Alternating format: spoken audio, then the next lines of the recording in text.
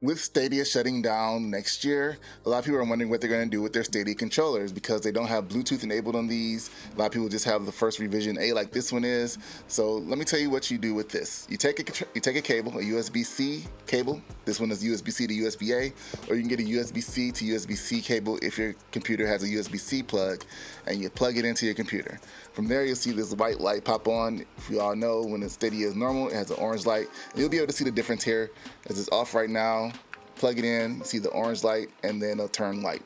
So that means it's connected to your PC, and it's registered through the PC as a Stadia controller, but through Steam, it'll be registered as a generic controller. So what you want to do first to make sure it works with all your Steam games is to go into your settings. I'm going to View, into Settings, and down to Controller. You want to go into General Controller Settings, and then select generic gamepad configuration support.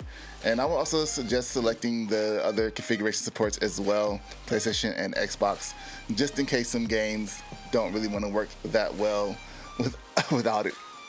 So here we go, generic gamepad is the detected controller. So generic gamepad configuration support is what we're gonna have on here. Make sure all those are selected. Close this down. When you press this middle button here and you have Steam open, press the Stadia button, it pops up big picture mode.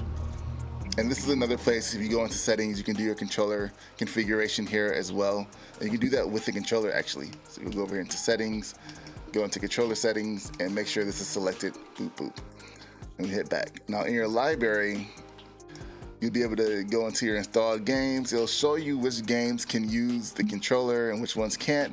But some of these games can also use the controller. For example, if I go down to the Metal Hellsinger, it's demo, it says keyboard, but if I click it, it says controller configuration required. You'll be able to use a controller.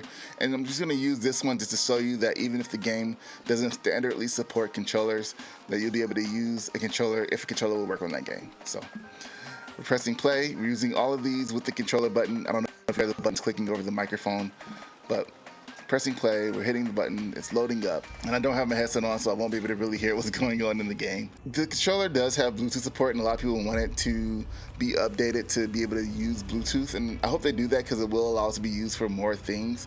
As it stands now, Steam is really the only thing it works on, like the best. I tried using it on the Xbox Play site, the Xbox app on the computer, but it doesn't really work that well. So we're pressing Xbox button to start, we're hitting the start demo, and we hit Stadia. We're hitting all these with the controller. As we can see, it's working immediately, no lag or anything between there. If there's any other games that require a controller that may not go through Steam, I'm not sure if the controller will work that well, because I've seen the buttons pop up for the Xbox controller when I had the Stadia controller plugged in, but it wasn't really registering any of the hits.